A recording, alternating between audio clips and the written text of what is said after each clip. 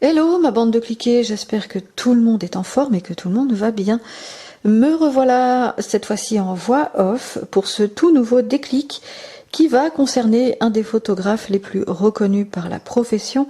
Je vais donc vous parler de monsieur Willy Ronis. Qui est-il? Qu'a-t-il fait? Willy Ronis naît en août 1910 à Paris. Ses parents sont tous deux dans l'art puisque sa mère est pianiste et son père touche déjà à la photographie.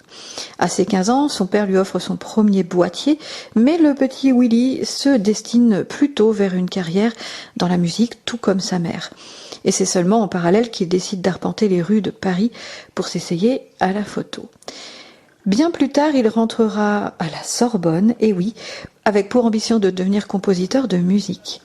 Il signera d'ailleurs plusieurs œuvres à son nom avant d'aller frontalement vers la photographie.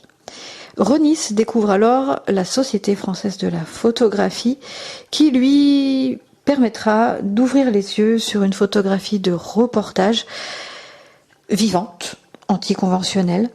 Il est d'ailleurs partisan du Front populaire, ce qui lui permet de commencer à photographier les manifestations, les contestations, d'avoir dans son objectif des clichés plutôt forts, parlants aussi, qui finiront par être publiés dans une revue très très connue à l'époque.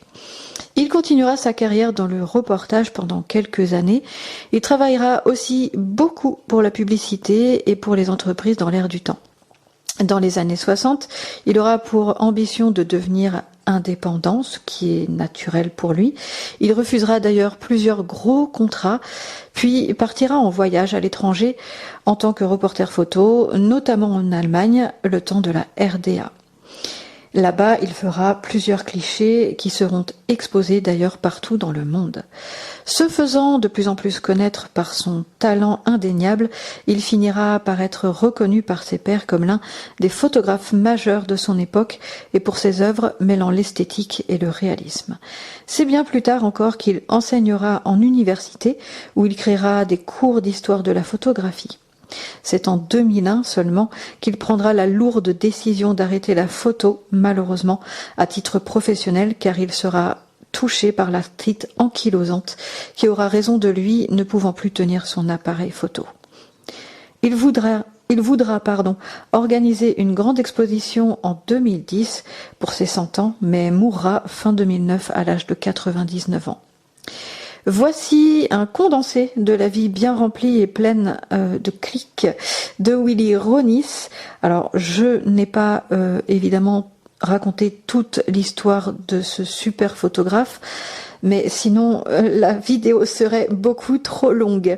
Voilà les cliquets, encore un déclic qui se termine bien et sur un grand photographe que j'aime beaucoup.